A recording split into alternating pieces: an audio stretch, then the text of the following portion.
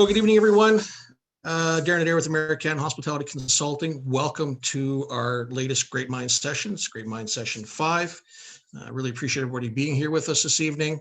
We got a great topic tonight, kind of a continuation of last month, talking a little bit more about recruiting, but doing it from a focus of how can and should we utilizing training as an opportunity to help us recruit. I'm very excited to have with us this evening Stuart Gray, founder of Hospitality Rocks. Stuart is the guru of hospitality in Minnesota and beyond. I had the pleasure of meeting Stuart about 5 years ago. We were both part of the Minnesota Restaurant Association. Stuart was part of that for a long time. Stuart has helped countless restaurants in this state and others launch, train their teams, recruit, and just set themselves up for success. And when he agreed to join us this evening and speak with us, I was very, very excited. So, Stuart, thank you so much. Welcome to Great Minds Session. It's a pleasure to have you with us this evening. Very good, Darren. Welcome to everybody, and thanks for having me. This should be a lot of fun. We're going to make it as interactive as we can using the chat functions. Yeah, so let's talk about it right now. Call the elephant in the room. What the elephant in the room is, attracting top talent is work. Training is kind of a secret weapon that you can use, but you got to use it from the get-go, right in the interview selection process. If you're opening a new restaurant, if you're reopening a business, using training as a competitive edge against some of your competitors that are competing for that same talent, I think will differentiate your offer and make those same team members want to represent you. And when they want to represent you, they're going to be better. Should we just jump into this, Darren? Or?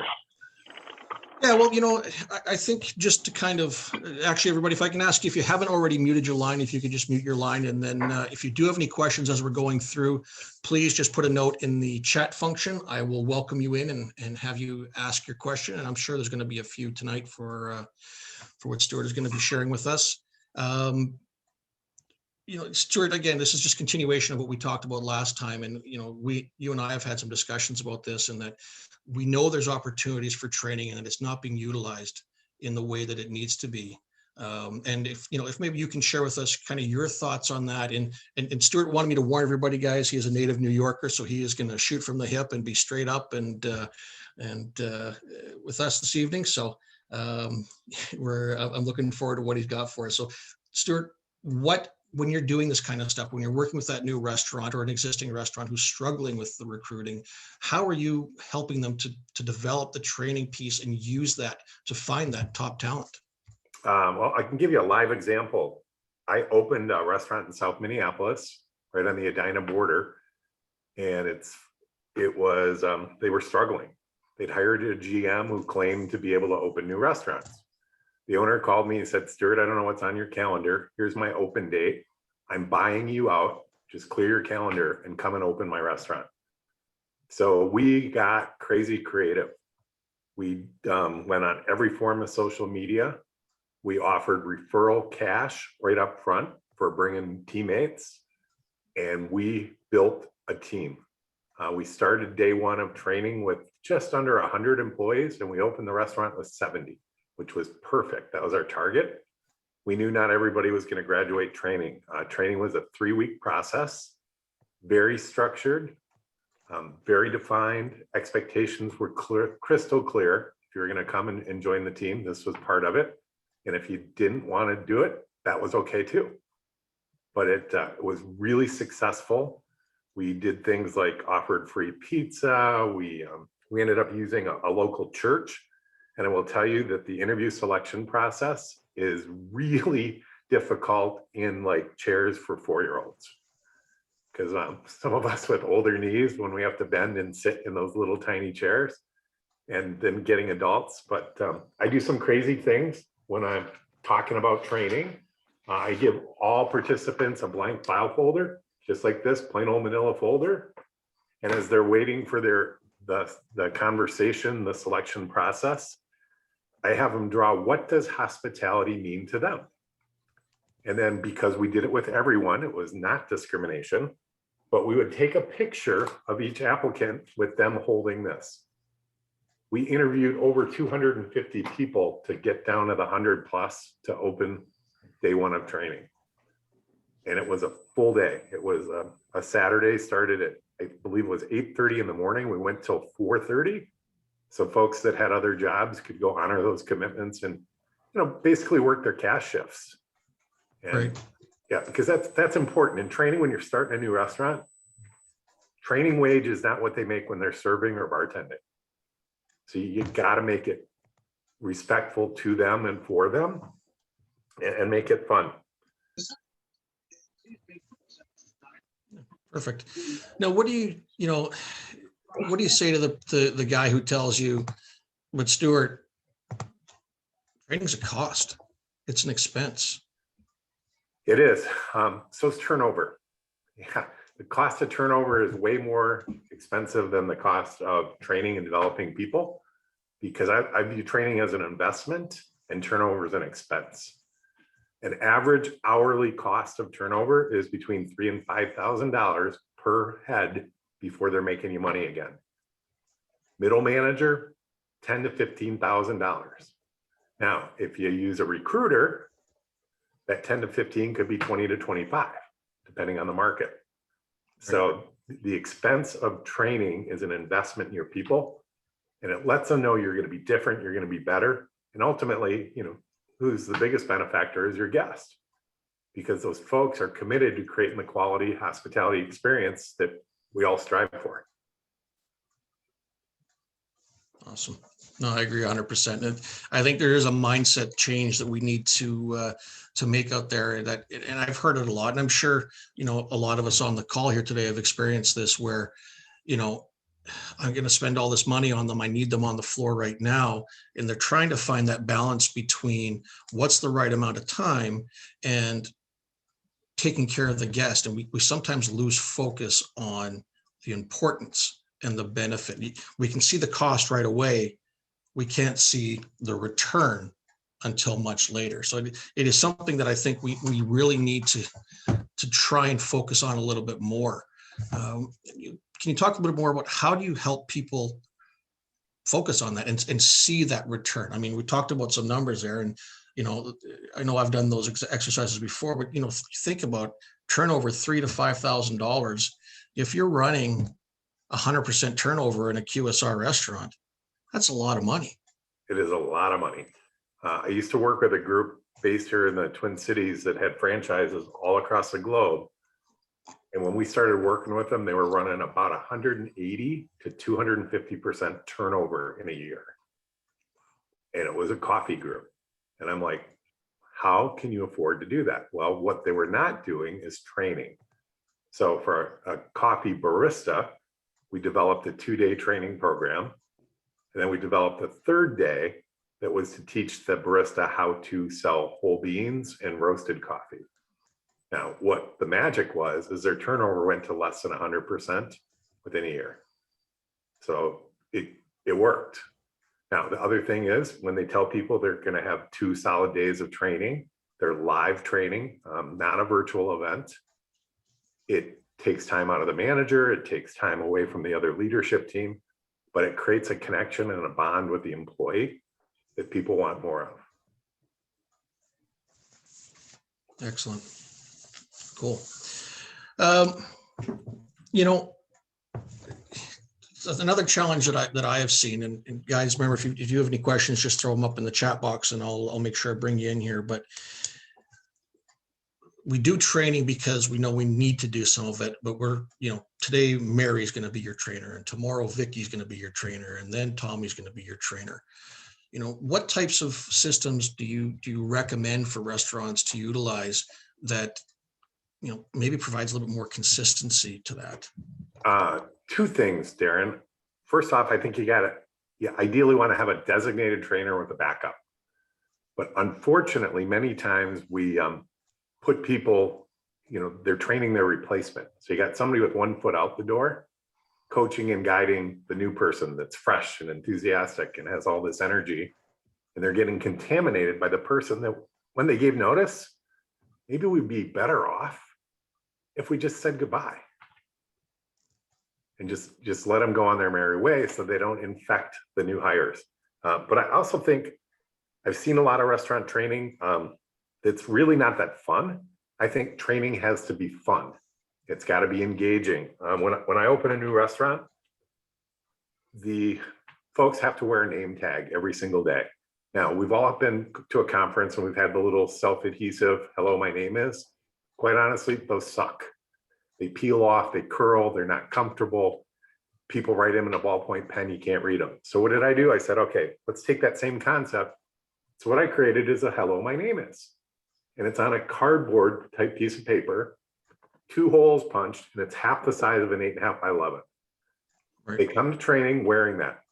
Everyone in training on a new restaurant opening wears their name tag until 100% of the team knows the rest of the team.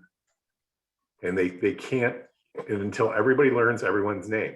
Now, when it's a really perfect world, because I can see we got Chef Bill on the call, we bring the front of the house with the back of the house on a new restaurant opening every single day.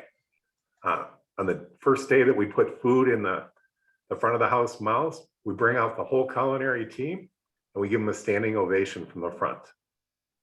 That creates such a connection culture. Now, then we have each of the culinarians tell us what dish they prepared and describe it using culinary terminology and words that make people understand the product. Now, they have to wear this to 100% of the team knows 100% of the names. They get issued one of these, I say it's on me. Now, if they lose it or show up to training on day 2, day 3, day 4, whatever, without it, they get to invest in purchasing a new one. And I usually depends, I leave it up to the group, but it's between $5 and $10. And that, whatever that amount is, goes to their charity of choice. Now, it's as a leadership team, it's not me deciding their charity, it's the team deciding. We opened a restaurant in downtown Minneapolis right before the Super Bowl. That was tough sledding to find talent. But what we did there is we asked a couple in a pilot group, what's an important charity? And they came back with open arms, people living with immune deficient diseases that couldn't get to food. Right. We had great compliance on everything we asked, because anytime we put a financial marker against it, they did the behavior. And again, I have a term for it. Bill's on the call, he's heard me say it before. It's called UFTA. And in the land of Scandinavians here in upper Midwest, UFTA is an acronym to me. It's not a Norwegian term. It stands for Upfront Defining Agreement. People want to know the rules, the expectations. Training is important. They have to know the value of it. It has to be treated with value. And if it doesn't get treated with value, you're not going to have great participation and you're going to have mediocrity. And your staff is going to feel it and be it. I can tell you that I get, people say, oh, Stuart, you can't train high school kids today. You can't do gen this, gen that. Yes, you can. It's got to be about who, them, not us, with the intentionality of how we're going to impact the guest. That makes sense? It does. Yeah. And that's a topic that's been talked about a lot is, and I've heard it a lot.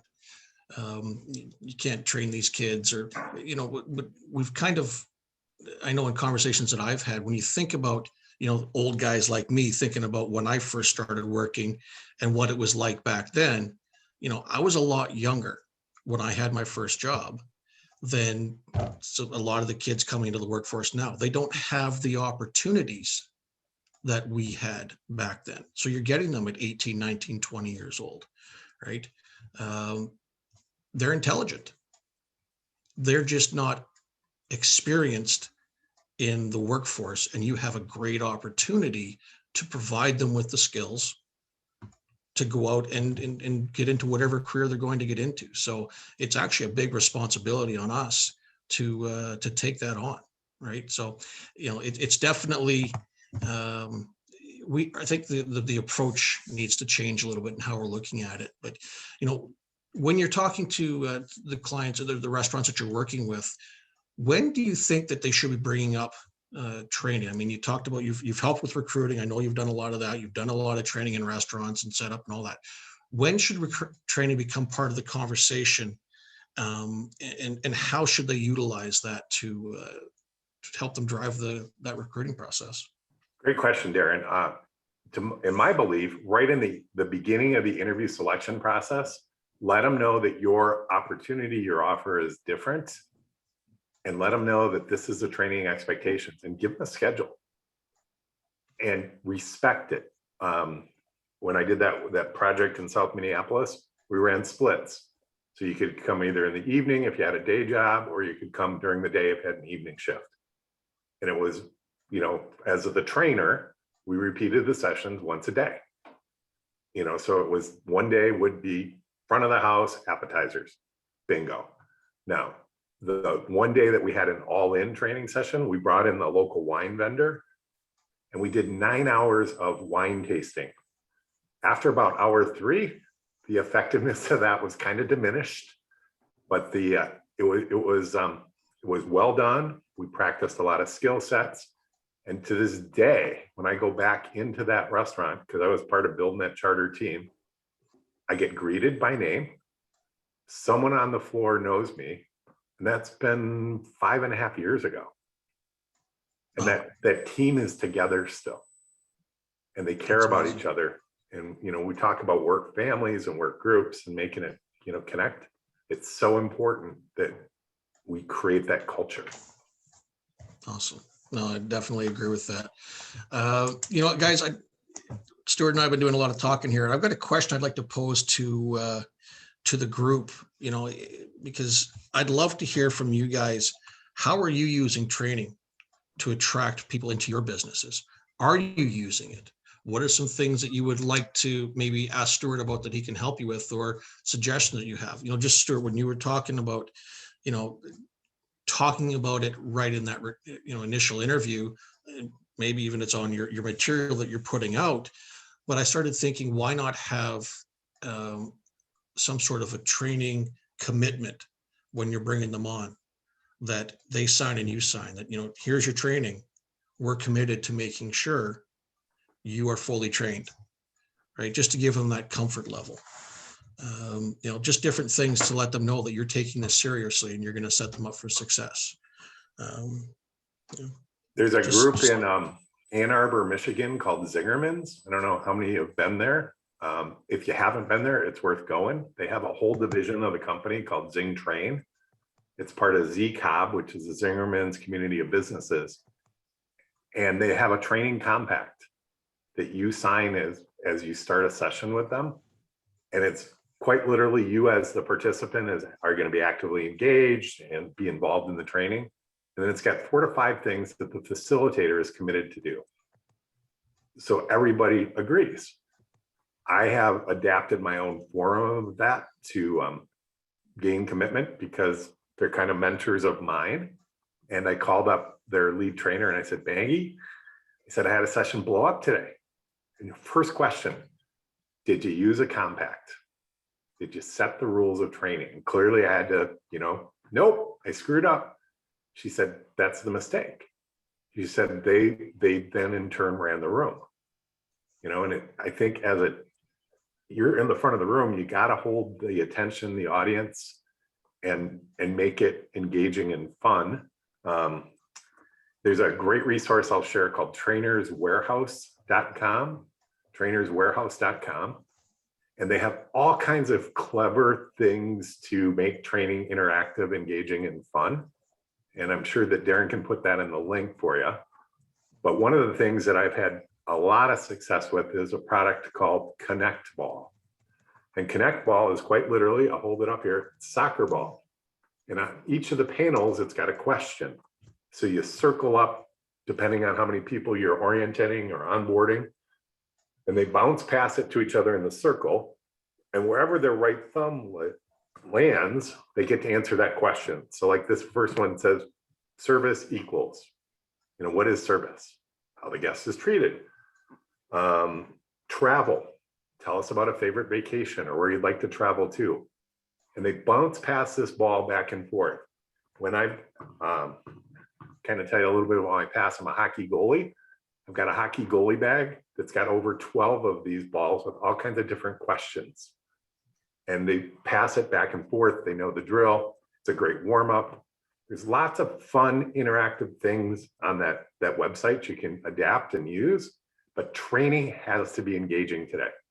Because if you're in the front of the room and you're not more engaging than their smartphone, you lost. Yeah, then you're just, flushing dollars to me. But the training has to be fun. It has to involve them, and it's got to be interactive. Definitely. We do have a question, Mr. Rodaway, if you'd like to unmute yourself and ask your question. Sure. Thanks, Stuart. Some great points in there. Can everyone hear me, by the way? We can. I know if that wasn't the most cliche conference call thing we've heard all day, I don't know what is. But anyway, so question is, I work for a QSR company, Tim Hortons. I run eight existing restaurants for an owner. And the problem we're having right now, obviously, during COVID, we've got turnover, we've got people who are off, things like this. And so we're doing a lot of hiring right now. Training, obviously, very important. Tim Hortons is a very robust training system. And so I'm wondering, do you have any tips in regards to, say, hiring someone who's got experience in the exact same QSR department? So, for example, use an American example, somebody who's already worked at a Wendy's is now going to work for another owner in a different Wendy's.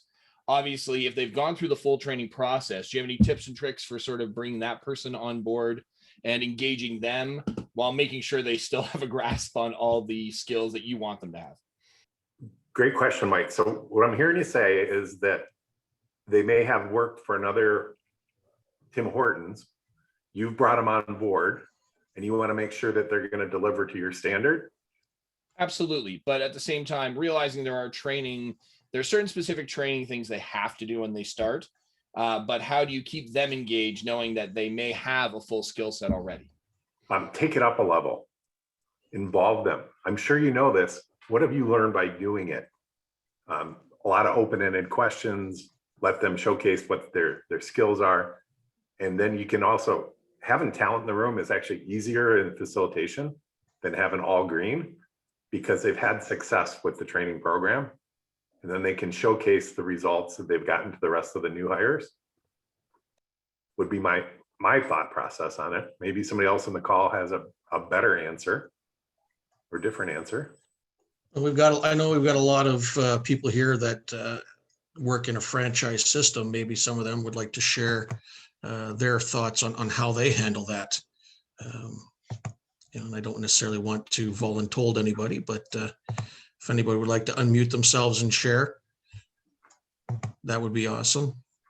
And I've had to deal with this too. And Mr. Rodaway, your knowledge of training is substantial as well, because you did that for such a long time, and you had some great stories. But I think from my perspective, is I do try and include them, not put them on a different pedestal, but people need to understand that they are experienced, and you can utilize them so that they know that what they've done in the past is important. You need to make sure that you've assessed them and that their skills match what you're looking for. And let's face it, we've all hired those people from another company that we're working for, whether it's a Tim Hortons or a Wendy's or whatever. They also sometimes come with bad habits, right? So you kind of want to get a sense of those as well as you're putting them through. But I think, Stuart, you were right. If you can engage them and make them part of the process, let them know that their skills are appreciated and you're excited to have them, I think that is going to, make them feel part of the team a lot faster. It's definitely going to help the existing team warm up to them a little bit better, I would hope, because that is sometimes a challenge as well. As you bring new people on, what type of culture do you have in your restaurants? Does the existing team open their arms to the new trainees and support them? And I know that many of us have experienced challenges with that on, how do you do that? And it's constant communication. It's making sure that they all realize that, that person right just standing beside you who is very green and may not know what they're doing, if you support them, they're going to be able to help you and make your life easier. If you don't, you're going to be working even harder than you want to right now. Right. So. And I think clearly when we open a new restaurant, it's easy. when we're bringing folks into an existing culture where there's some seniority and there's some expertise, that is more work, it is harder. And we want to get them up to speed as quickly and fast as we can so that they can, deliver on the experience and continue the brand promise. Because I think that, and I'll be the first to tell you, with the exception of that big franchise group of coffee vendors, 99% of my work has been in the independent restaurant sector. And my first company was called For Remarkable Service. And it was a training company that we built to compete with all the training that national chains had. Here's what we learned. A lot of the national chains had the training, they weren't implementing the training. And I think all of us can, be honest about that. And we look at, yes, there's some real problems. This is where my assertive New Yorker comes out, of attraction into the hospitality sector right now. The government funding, additional COVID monies, the unemployment. But the reality is we've got to come together as an industry and make hospitality more fun and more of a career, not a gig, and make it so that people want to actively, put their ladder against this building. My first job was Mama's Pizza Oven in upstate New York at age 15. I've been in hospitality ever since. And I see that there's some people with as much or similar amounts of gray hair as me. And I'm guessing most of us have been in hospitality that whole time. And we've had a great run. And it's an awesome industry. But we got to go out there and sell it and showcase it and get other people excited about it to help fill some of these gaps. And yes, as long as the government's cutting additional checks for another 30 some weeks, that's real. Absolutely agree. But there are people that want to work. There are people that are working. What makes your opportunity, your offer so unique, so different, so better that people want to leave their current employer and come and join you?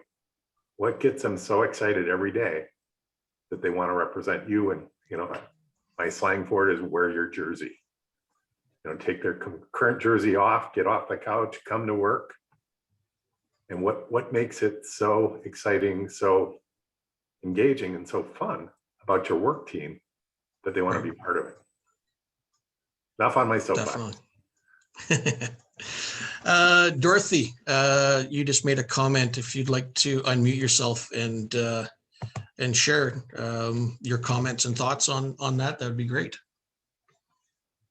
Well, I have been doing a lot of work and following. In fact, earlier on the LinkedIn page, I put the food service most recent report from the Twin Cities Metro demographics regarding restaurants and hospitality businesses. And it's pretty grim out there. And so I've been working probably for 2 years on this topic of how do we make food service or hospitality a rewarding career, and how do we get people started at the high school level and get the apprenticeships and the grant programs and everything to help them get rewarded and fulfilling careers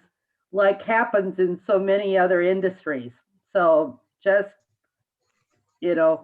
commending Stuart for realizing that it's that type of problem.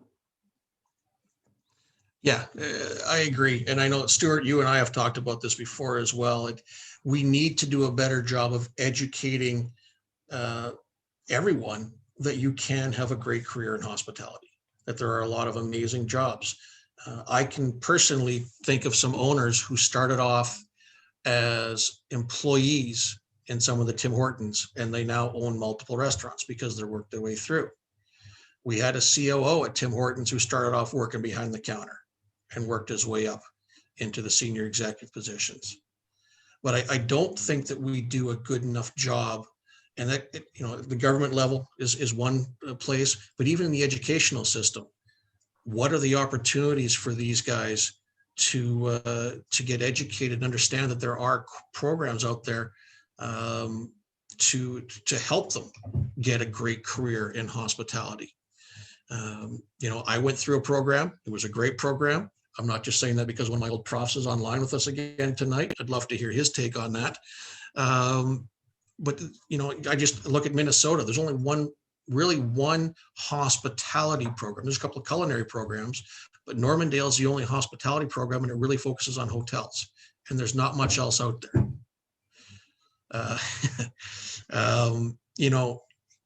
So what can we do? How do we get the word out? Is it associations? Is it government? Do we need to, do something at restaurant level? I'd love to hear some feedback on that. David, if you're willing to share, I'd love to hear your thoughts on this topic. Sure, Darren. Thanks very much. Just a little background. I've been 25 years in the industry and 25 years, 27 in education. And one of the things that I found in dealing with the industry is that they are not respecting what I call the educational profile. They're not demanding people to come for a career. They're treating it as a job. And until we as an industry say we want people with educational background in hospitality and tourism, we're not going to see that happen, particularly at the what I call high school level. And that's where it needs to begin, is to start to tell these people that, we are here as an industry. And I think all of us online know that we can all do very well and make a great career out of it. Unfortunately, the words we keep talking about, and even in training, it's a job. Sorry, it's a career. And I have a little saying, a career buys a house, a job buys a Big Mac. And I think until we start to say training is part of the compensation, that we're going to look after you to, make sure that you're going to have a career with us. That makes people feel good about themselves. It's not monetary that has to be there. People like having themselves paid attention to. You did a great job. Let me help you do a better job. Let me show you, and take them under the wing. And it's not just hurry up, get that person in as a warm body and say, hi, I'm new, and stick them up in front of a customer. It's not fair to them, and it's not fair to the customer either. So I think that we as an industry collectively have to start talking about we are an industry and it is a career. That's the beginning. And then we say training, train. And it's interesting over the years to watch companies go train, and then they stop because there's no money, train, because they think that's the way to go. And I really believe that, like customer service, training is a top. Training talk at the top of the organization, it's not going to happen at the bottom. And I think, to me, what Stuart got some great ideas. I love it. You got to make training exciting. I've done it for retail people. I've done it for restaurant people. You've got to get down to the grassroots and get them interested and show them, sort of what happens when you're trained. And they have to show them the expense. One of the things that no one said about it, but I said, every time you hire someone new, it's not just the expense of training. Your food cost goes out the window, and so does your liquor cost, and maybe even the loss of a customer. That's a factor, and it's a soft cost, but sit down and calculate it out. It's pretty expensive. So to me, training is what it's all about. Education, I've been in it a long time. We're suffering now. And you know why we're suffering for intake this year? Just talked to the latest numbers from the director of the program today. Just people don't see the industry surviving. There's no, even if you want to call it, jobs. So it is a tough go. And when we see our industry being very vibrant, then we get a lot of uptake. People are very interested. And, we think all these chef shows and everything on TV get people interested. We need to deliver on the other end to say, hey, come and join us and stay forever. It's a career. So my 2 cents worth, but I like what we're seeing tonight, and all the sessions, Darren, they've been great. Thank you, David. I appreciate it. You said something that made me think, when you talk about, hi, I'm new, and putting that person on the front counter. I actually walked in to one of my restaurants quite a few years ago, and there was a young lady on the front counter, and she was almost in tears looking at her hand, and a guest was yelling at her. So I stepped in, Well, this young girl, not only was she new to the job, she was new to the country. This guy gave her a handful of change. She had no idea what each coin was. And this poor young girl is trying her best to take care of this guest and can't because nobody trained her. So, I'm sure we've all got those horror stories. I can think of some really good stories too. I do know some guys that do a great job of this. It's just, there's a lot, and we're not going to solve it all tonight. There's a lot of things we need to do differently. And, I'm committed to trying to do what I can to grow that awareness. That's what part of why I'm doing this, and I'm sharing all this information out. I know there's a lot of guys out there doing what they can in their markets and with their businesses. But it's a problem we've been talking about for a long time, and we need to find a way to impact that. Dorothy, you want to tell a little bit? I just saw your note here. You're doing something with the chamber and the schools in your area. You want to share what that is? Sure. So as a part of that 2 years of working on this that I mentioned, I have been following what the pipeline program is, and it's dual training while these kids are in high school and encouraging them to do that, to do a career.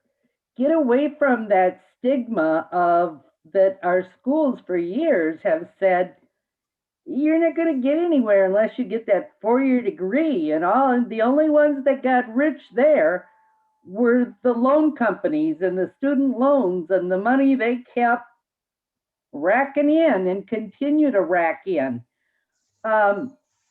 So then in my professional organization, and this is where I met Stuart as a part of Minnesota ANFP,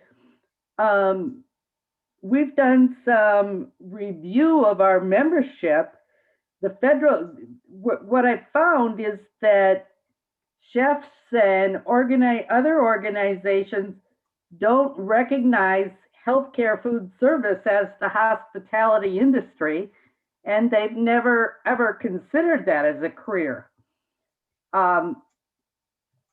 And so healthcare is in the same boat.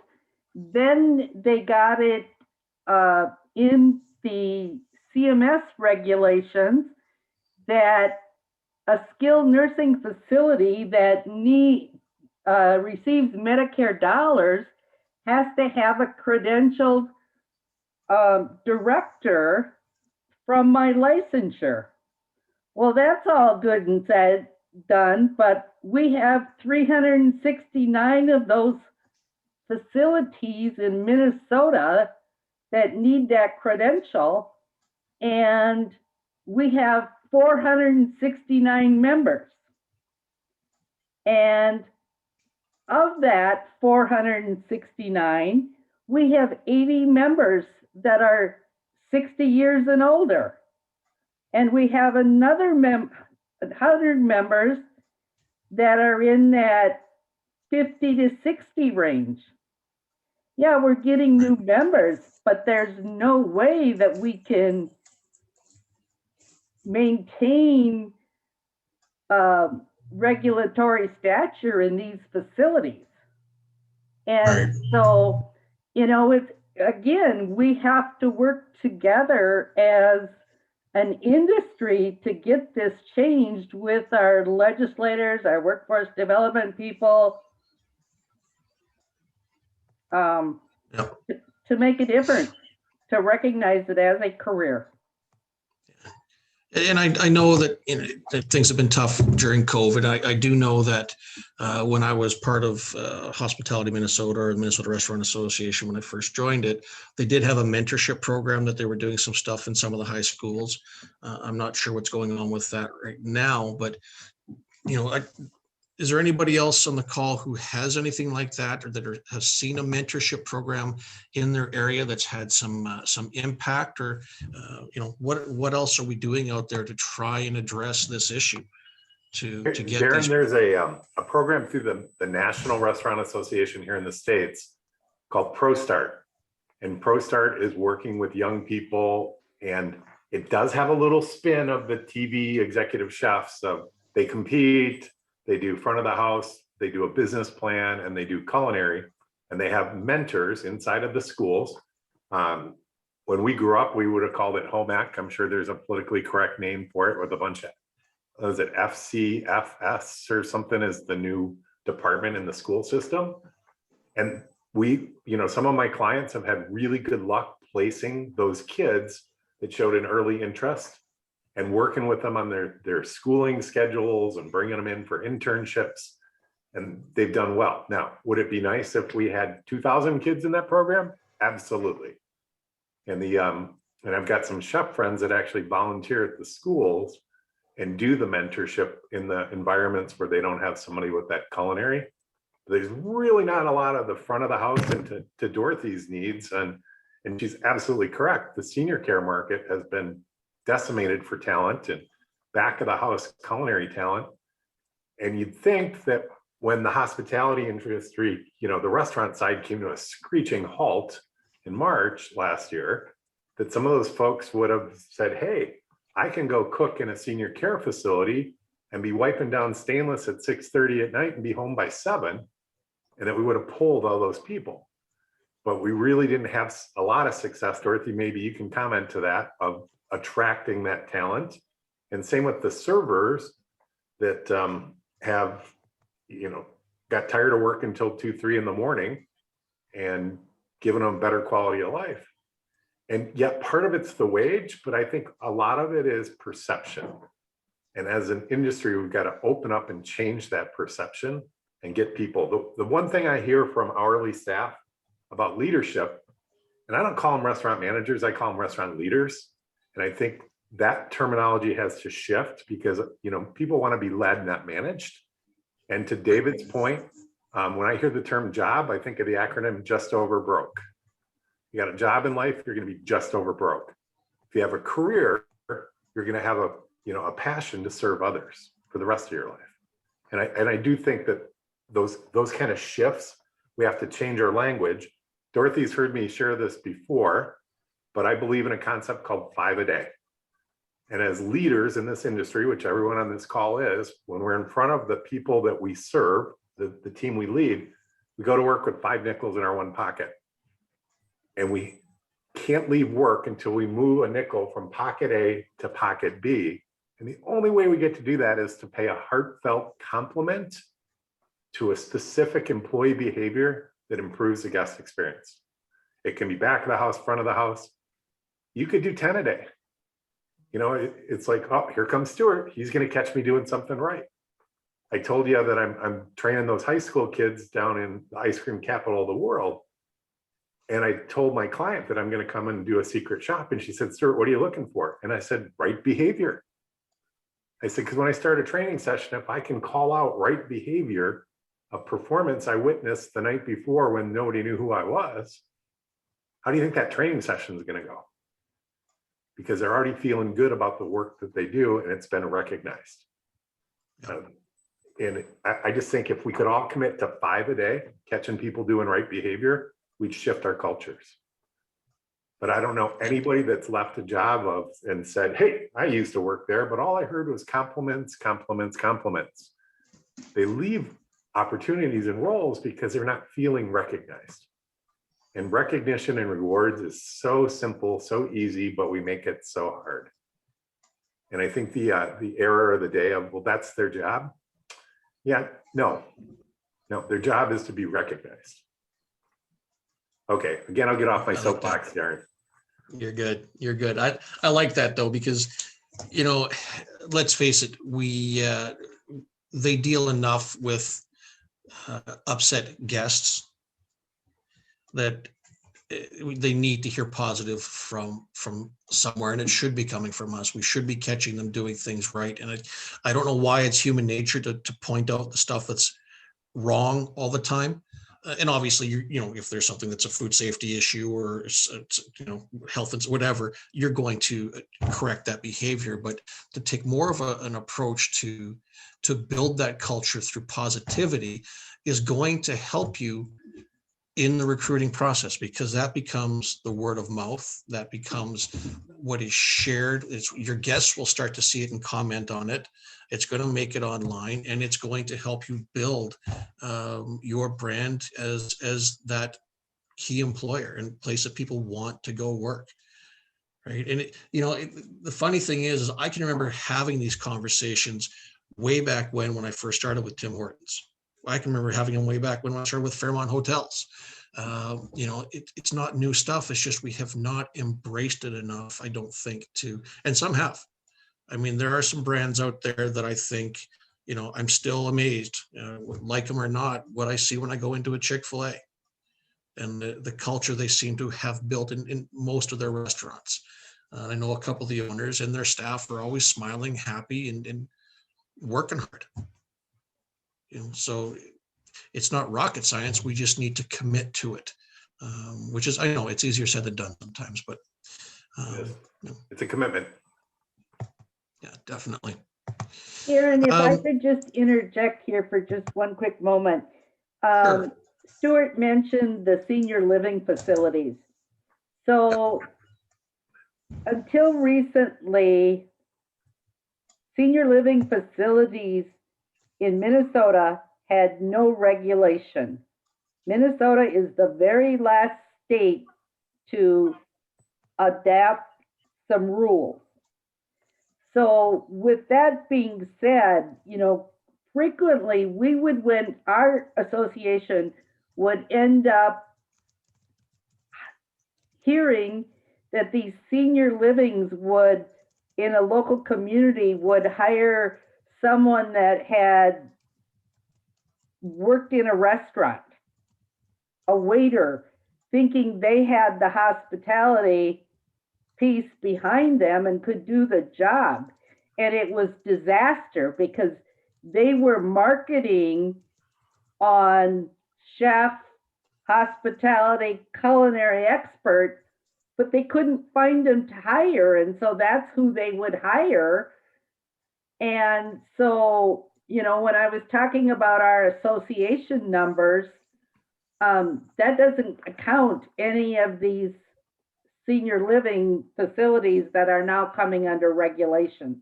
So that's even going to tighten things up further. So thank you for the opportunity. Oh, thank you for participating. I appreciate it, Dorothy. Thank you so much. I want to just circle back to a question I asked a little while ago, guys, because I'd love to get some feedback, because we've got some very intelligent people on this call. I know a lot of you. You own your own businesses. You're running your own restaurants.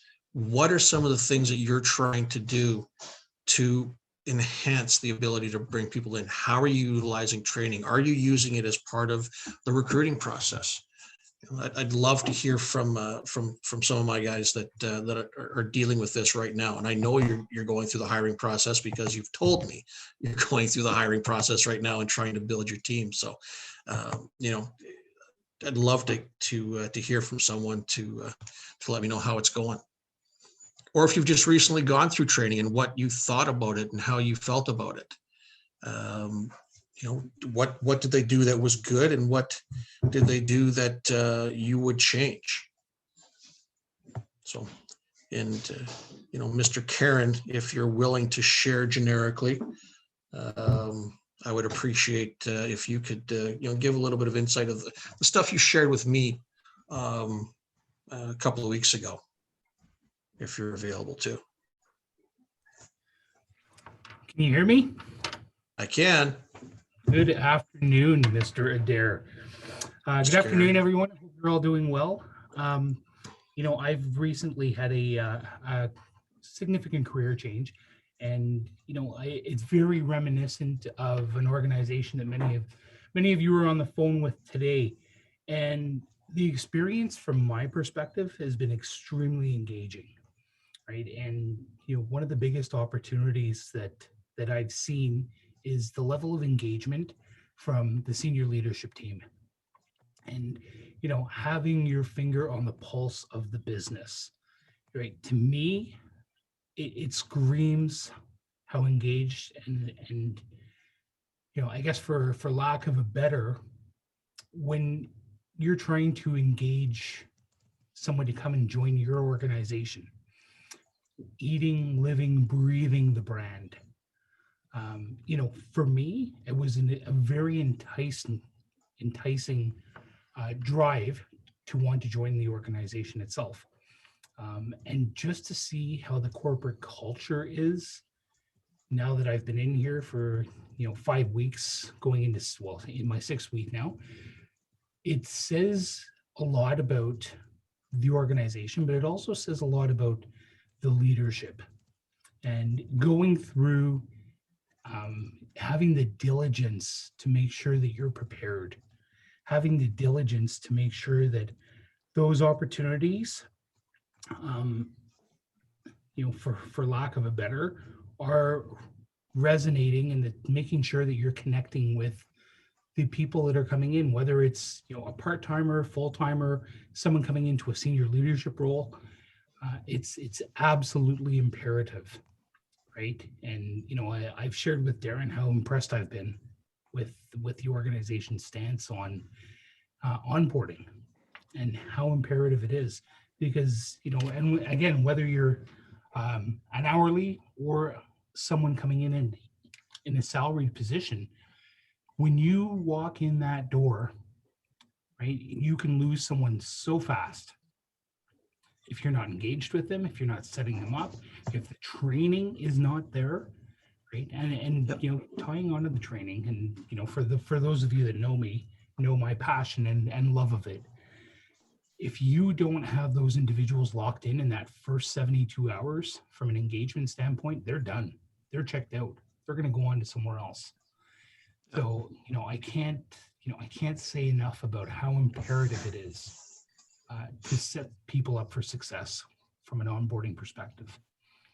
Yeah, definitely. Hey, one of the things that made me think of you, and going back to what Stuart was saying earlier, when you told me that they provided you a schedule on day one that told you exactly what the training process was going to be and what you were going to be going through, and talking back to our days when we first started with Tim so many years ago, and that was our experience there, right? We got that schedule, and it was pretty clear what we're going to be going through, and it just gave you that comfort level that you're going to be given the tools you need to succeed. So that was awesome. Thank you, Johnny. Appreciate it. Always. Anybody else have anything they'd like to share? I know we're coming towards the end here. Go there. Yeah, go ahead, Adam.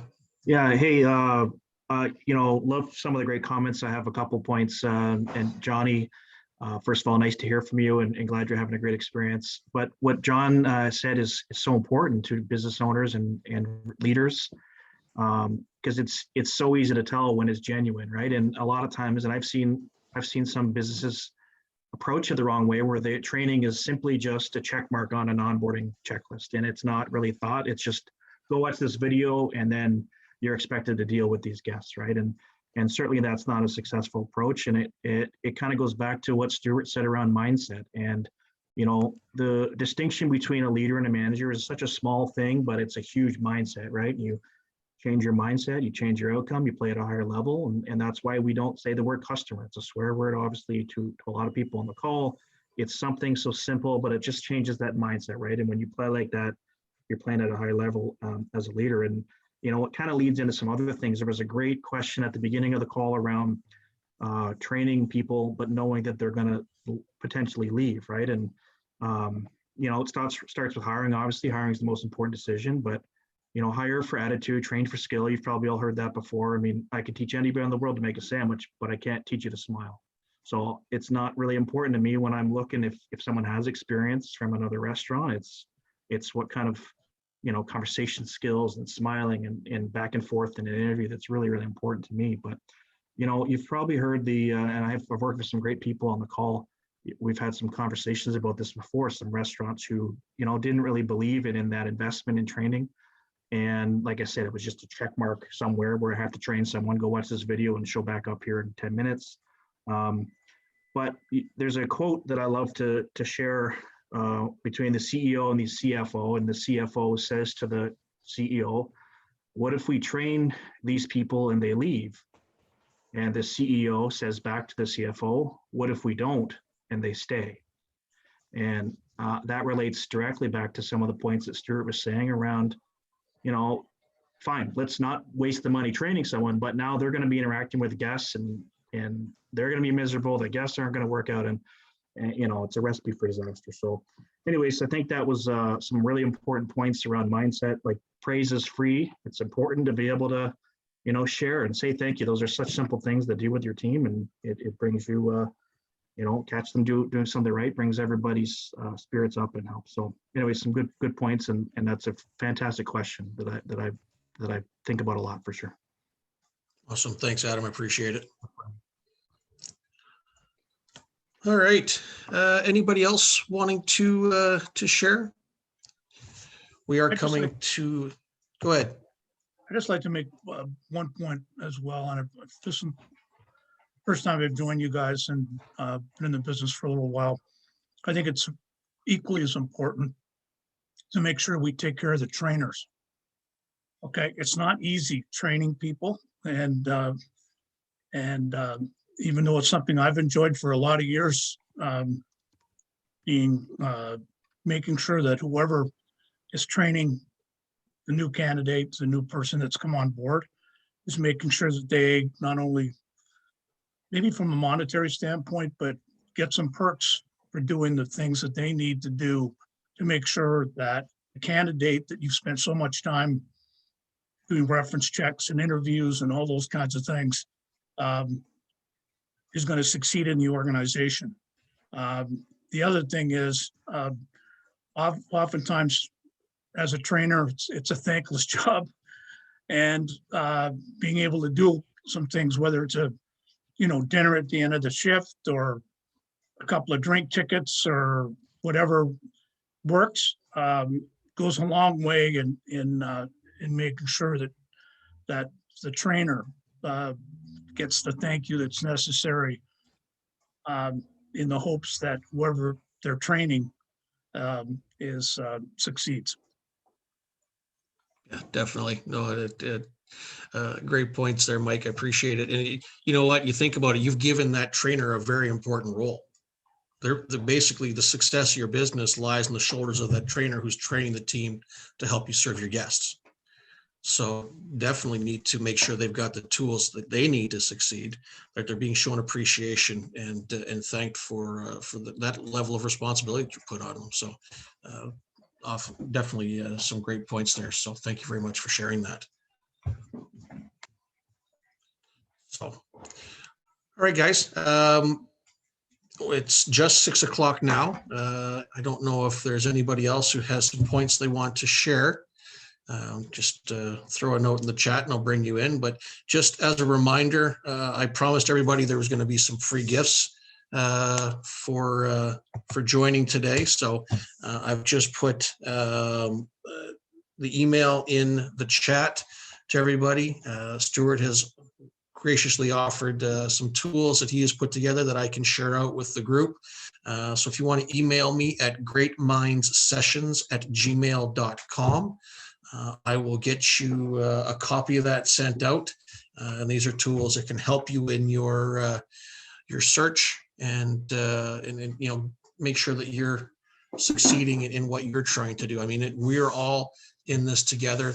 One of the main reasons why I started these things is because we are a community, and as a community, we are going to get through this together. We need to support each other, need to be there for each other. We need to continue the conversations that are important to make ourselves better and to help succeed. So I want to thank Stuart Gray for being a part of Great Minds Session 5 and sharing this evening. Stuart, thank you so much for taking the time to do that. I really do appreciate it.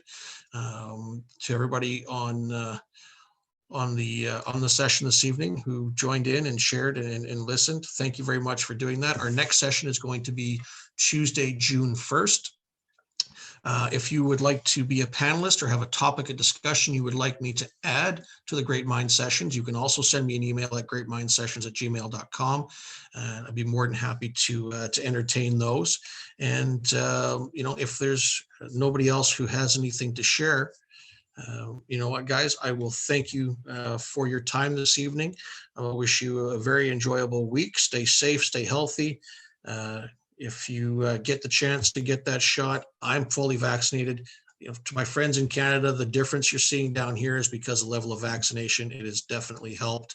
I hope that things start to move forward in Canada so that I can come home and see my friends and family, because I'm not that I hate Minnesota, but I miss home and I want to come see you all. So do what you can to make everybody safe. And you know, that's the most political thing you'll ever hear me say now or ever. So, all right, guys, thank you so much. I really appreciate it. And I wish you all a healthy week, and we'll talk to you in June at the next Great Mind session. Have a great night, everybody. Thank you so much. Thanks, Darren. Thank you.